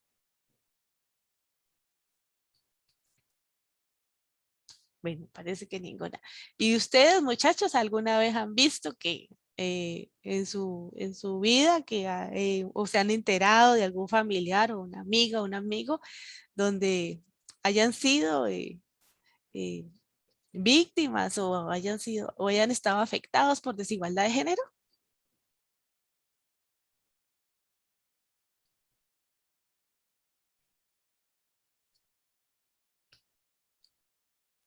Al menos yo no, profe, siento que con tantas leyes en la actualidad. Pero bueno, repito, desde mi perspectiva, no, yo personalmente no. No sé los compañeros, claramente. Claro, sí. Pero yo la verdad es que no, nunca he breteado, entonces sí, puedo decirle nada acerca de eso, digamos. Sí, sí, bueno, pero a veces uno escucha noticias de gente que ha sido discriminada o o que no ha sido tomada en cuenta para determinados ascensos y sin embargo otras personas con menos experiencia, menos nivel educativo, pues le han dado el ascenso al hombre y no a la persona. También están las desigualdades étnicas o culturales. Esto se da más que todo pues con los indígenas, hay discriminación. A veces eh, las personas, o sea, sin que tengan ningún tipo de poder, hace discriminación, los mira mal o los mira de forma despectiva a las personas que son de otro grupo étnico. Bueno, ahí no les está afectando su nivel de ingresos, pero no está haciendo no los está apreciando como deben ser. Y, Profe, ujú, perdone, viera que a mí, no sé, eso es algo que siempre me ha despertado la curiosidad y siempre se la pregunto a mis profesores. Y ahora que es como, tengo la perspectiva de un economista, por así decirlo, me gustaría saber cuál es su opinión. Es una pregunta muy subjetiva, pero, por ejemplo, en muchos lugares, principalmente la política, que es como el mayor marco de referencia, se suele hacer esto de que se reservan cupos para grupos determinados de personas, como para que haya igualdad, lo cual en parte está muy bien. Pero, ¿qué opina usted de algo que yo pienso que es como un error en que que se aparten específicamente esos cupos? Y es que si yo digo que, no sé, en la política necesito que hayan 50% de personas A y 50% de personas B, ujú. eh, ¿qué pasa si yo, por querer tener esa cantidad exacta de personas A y personas B, tengo que ignorar a una persona A que sí tiene las cualidades necesarias para el puesto y meto a alguien B con menos características o menos cualidades solo por llenar la cuota? No sé si me voy a entender. Estoy de acuerdo con usted y Entonces, no yo no sé, me estoy, gustaría yo no saber cuál es estoy, su corrección para eso o qué opina en mi, general, profe. a ver, usted dio con una persona que no es feminista. El- entonces, yo digo que las personas se deben seleccionar personas cualificadas para el cargo, independiente del sexo. Es mi Profe, opinión personal. Y bueno, ahora lo que pasa es que a veces se descartan mujeres que sí están cualificadas por sesgo de género.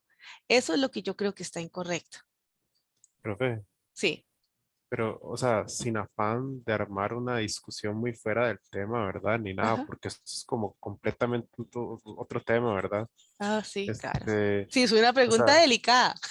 sí, no, es una pregunta generadora de conflicto, ¿verdad? Sí, sí, sí. Pero, yo siento que igualmente como ese tipo de inclusiones pueden ser un movimiento necesario, o sea, no en el sentido de que usted va a meter a cualquier persona, a cualquier brete y que va a ser un mal brete. Sí, eso está razón, tiene razón, pero o sea, se olvida mucho como el impacto cultural que tiene una persona en un puesto alto, digamos, no sé, con una representación, ya sea mujer o negra o lo que fuera, ¿verdad? Ajá. Porque no hay, o sea, el impacto social que tiene una persona en un puesto alto, a diferencia de una persona como, bueno, yo soy blanco y digamos, una persona blanca a mí, yo veo a una persona blanca ya es muy como normalizado ver, no sé, literalmente todos los personas grandes de hoy en día que les pagan mucho son blancos y maes. Entonces, Ujú. tener una representación distinta en género o este raza, lo que fuera, no me gusta, étnica, es mentira, como se dice así, étnica, Sí. perdón, Eh, y cultural es creo que importante por el impacto social, porque si no la inspiración que se deja atrás a ese tipo de grupos sociales es casi que nulo, ¿verdad? ¿Y de dónde se agarra la admiración? ¿De dónde se agarra la inspiración? O sea, una persona no va a tener con qué conectar con una persona calificada, blanca, hombre, cuando él no es hombre ni blanco, ¿verdad? Entonces yo siento como que también está bien eso de decir que usted no va a meter a alguien solo porque no es calificado o lo que sea, pero siempre hay que tomar también en cuenta que normalmente las personas que están en el lugar que están, de sus grupos sociales o lo que fuera, o en pobreza extrema, tal vez sienten esa parte de que nunca van a poder llegar a donde están, ¿verdad? Porque no es para ellos, porque no es su grupo social. y de dónde agarran la inspiración, ¿verdad? De ahí es Sí, donde sí, sí, yo entiendo empieza lo que todo. yo, sí, entiendo muy bien tu mensaje.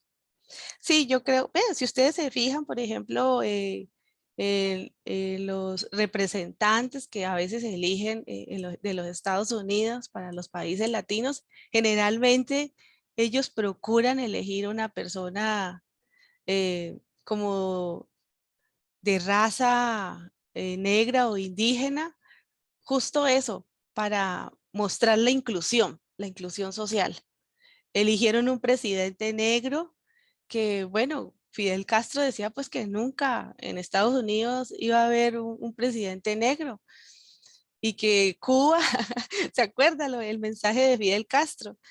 Eh, y justo cuando fue Obama presidente, fue que hubo una ligera eh, mejoramiento de las relaciones comerciales entre Cuba y los Estados Unidos. Yo digo Sí, que sí se deberían incluir y que si esas personas, digamos que no están capacitadas, que se les debe ayudar para que se califiquen adecuadamente porque son personas igual de inteligentes que cualquier persona blanca eh, y incluso puede llegar a hacerlo más porque ellos y pueden proponer mejores soluciones a la desigualdad y a la pobreza y a la discriminación que las que se le ocurre a uno que nunca ha sido discriminado.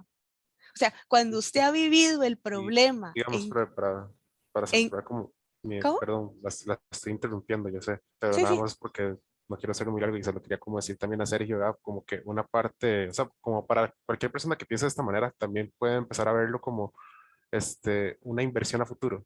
sí, Porque yo siento que muchas veces como que lo ven muy en el ahora, ¿verdad? En la causa que va a ser ahora, como que se ocupa hoy mismo una persona calificada, lo cual es cierto, pero también se olvida de que probablemente más, si hay un montón, si hay varias personas que se ven inspiradas por esta persona que llegó a ese puesto alto, van a comenzar a ver más oportunidades y van a comenzar a ver un surgimiento mayor de ese grupo social en trabajos de aspiración grande, ¿verdad? claro. Por ejemplo, es un tema muy interesante ver como el surgimiento de jugadores de ajedrez indios, este, ¿verdad? O sea, Sí, indios me claro. refiero al país de la India, porque es Ujú. que, Sí, ¿verdad? sí, sí, sí, sí. Y que antes no había nada, no había nadie, y después llegó, se me olvidó este jugador que fue campeón del mundo por muchos años, que era indio y se me fue el nombre, llegó él y comenzó a dar una admiración y de todo, y se Ajá. descubrió que había un montón de genios en India, y hoy hay una gran rama de jugadores indios de ajedrez que son potencia, ¿verdad? Bueno, aquí vamos a Entonces, tener muchos sí, Keylors. Espere que pasen unos bueno, añitos y verá que vamos a tener ojalá, muchos ¿verdad? Keylor. Vamos a Uno tener nunca Profe, muchos. sabe, pero ojalá. es que, bueno, o sea, no es por plantear la discusión, pero, o sea, entiendo muy bien el punto de del compañero, pero, yo no sé, yo siento que aquí la solución más que todo no es tanto esa, porque si no, al final uno lo que va a hacer es como, ¿cómo se le dice? Como una portada falsa, tal vez, no sé, como que te estoy escogiendo a ti no porque estés capacitado, sino porque me vas a dar No, Sergio. buena vista a mi empresa.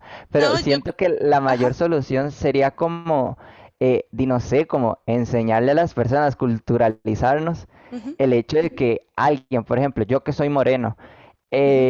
no sé, o sea, a mí me encanta la astronomía y me gustaría algún día, no sé, o sea, yo sueño, imagínense, viajar a un cohete o algo así.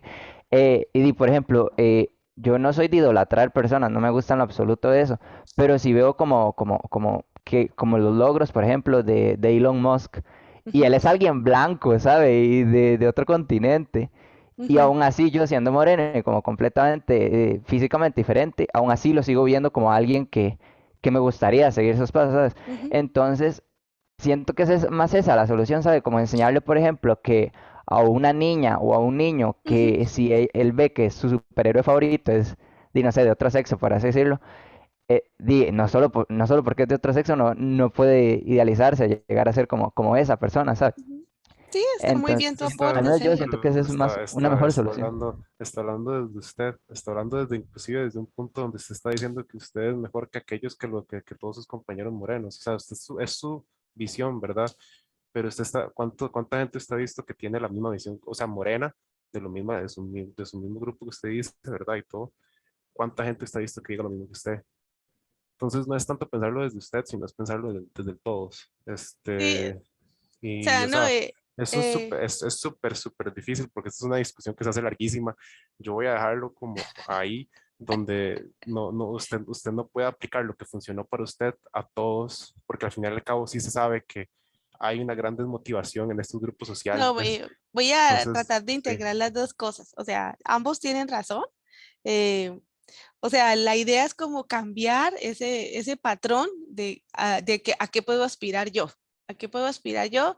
Y que se me quite el bloqueo de que eso no es para mí, porque mucha gente, la gente que tiene menos estudio o que tiene menos visión, yo creo que eso no tiene que ver con el estudio tanto, sino con la capacidad de ser visionario. Entonces, a veces las personas no logran tener esa visión de que yo también puedo aspirar a eso. Y no crea, hay muchas veces que incluso usted teniendo las herramientas, usted siente que no lo alcanza. ¿Por qué? Porque no tiene los contactos, no tiene las relaciones, no recibe el apoyo. Y bueno, y si puede, y de repente tiene un jefe que te pega un mazazo en vez de darte un impulso.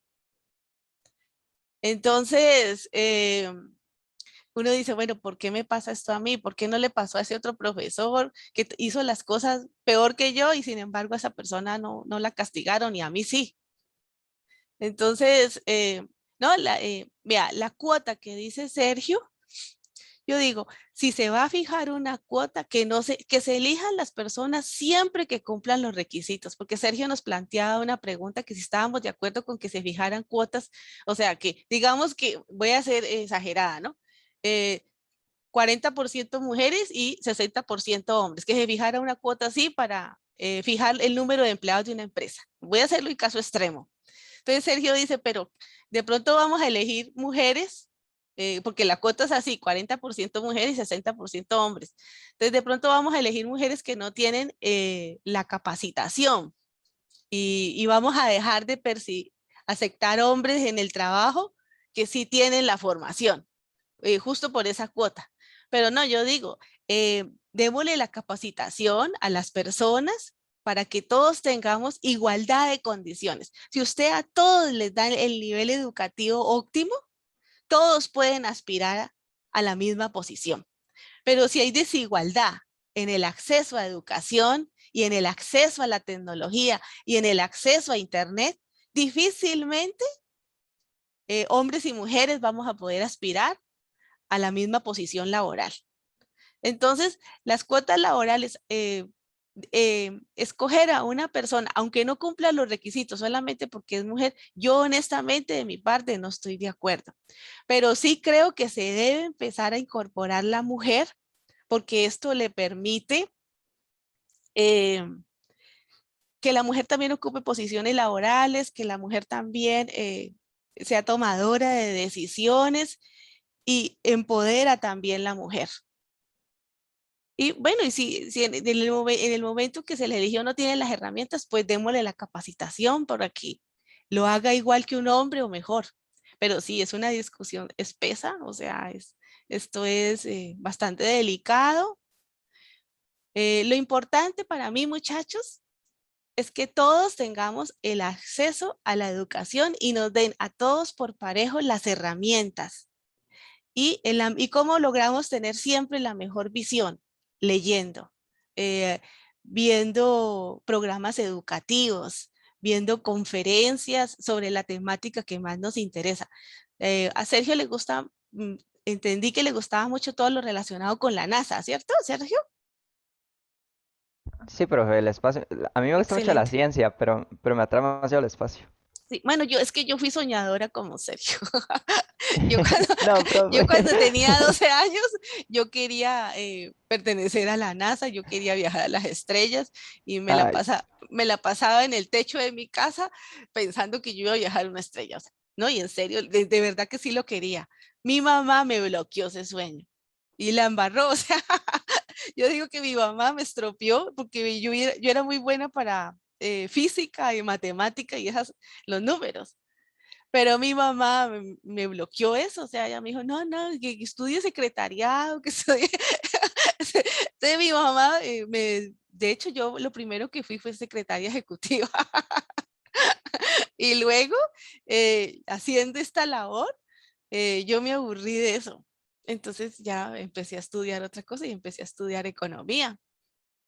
Pero sí, mire que la mamá influye mucho. Bueno, y que mi mamá no había, en ese tiempo mi mamá no había terminado la secundaria. Luego ya estudió, hizo la secundaria, hizo la universidad, pero fue posterior. Es curioso, mi mamá viéndome a mí haciendo la universidad, se animó ella. Pero si mi mamá, en el momento que yo le planteé esa idea, ella ya hubiera tenido la universidad, estoy segura que ella me hubiera dado otro consejo. Pero los padres influyen en las decisiones que uno toma. O sea, lo que mi mamá sí tuvo de visión, qué pena yo estar contando cosas personales, pero digamos que la visión del padre, el solo hecho que el padre motive al hijo a vincularse a la educación, es un gran logro. Porque de hecho hay padres que dicen, ¿para qué le voy a dar estudios?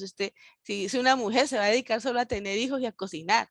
Así pensaban antes los padres. Entonces solo se le daba educación al hombre. Afortunadamente eso ya cambió.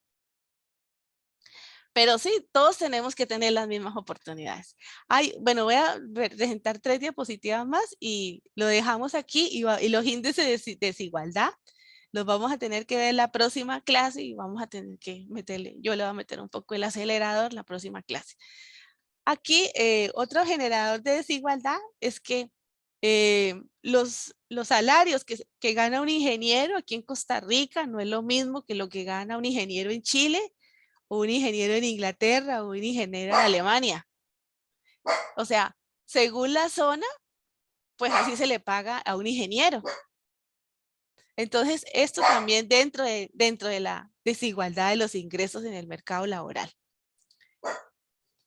Voy a presentar, creo que son 3 diapositivas más. Bueno, aquí lo que nosotros observamos es cómo se va cerrando la brecha de ingresos de las mujeres a lo largo del tiempo. En este gráfico, lo que observamos en la línea negra es el periodo 1960-2018. Y luego observamos para el periodo 2001-2018, que es la línea azul. Y lo que uno observa es que esa brecha se va cerrando, pero muy lentamente. O sea, esta brecha salarial sigue vigente. Entonces, bueno, cuando lleguemos a nuestras posiciones de mando, pues tenemos que recordar esto. Aquí tenemos, vamos a ver 2 diapositivas más. Estos son los ingresos anuales medianos según la raza, género y brecha. Entonces aquí tenemos el caso de los latinos. Se observa pues la brecha que existe. Espérate un momento.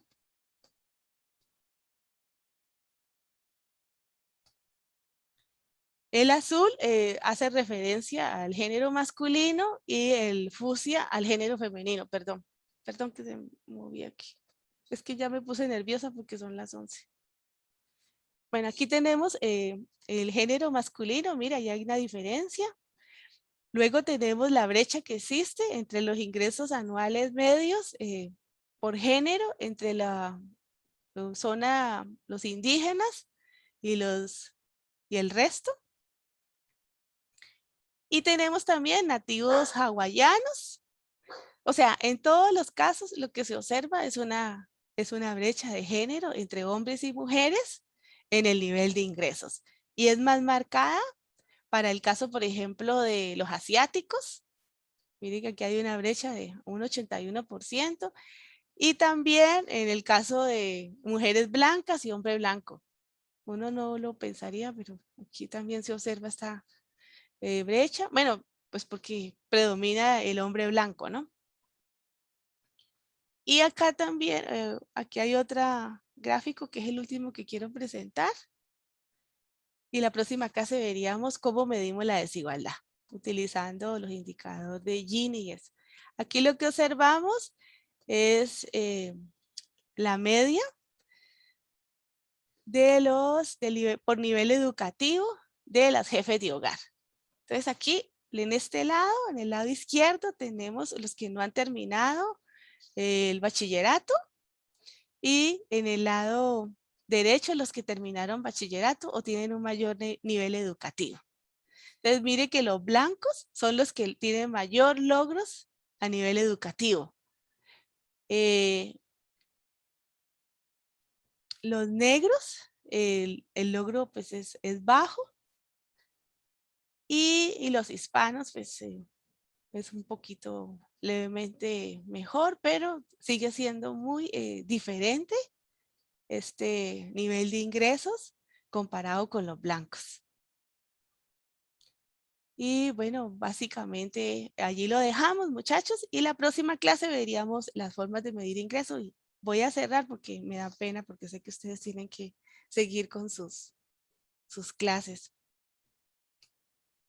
Muchísimas gracias por su atención. Recuerde que el sábado deben hacer el parcial. Por favor, preséntenlo, no lo dejen de realizar. Muchas gracias, profe, que tengan un lindo día. A usted también. Bueno, profesora, muchas gracias.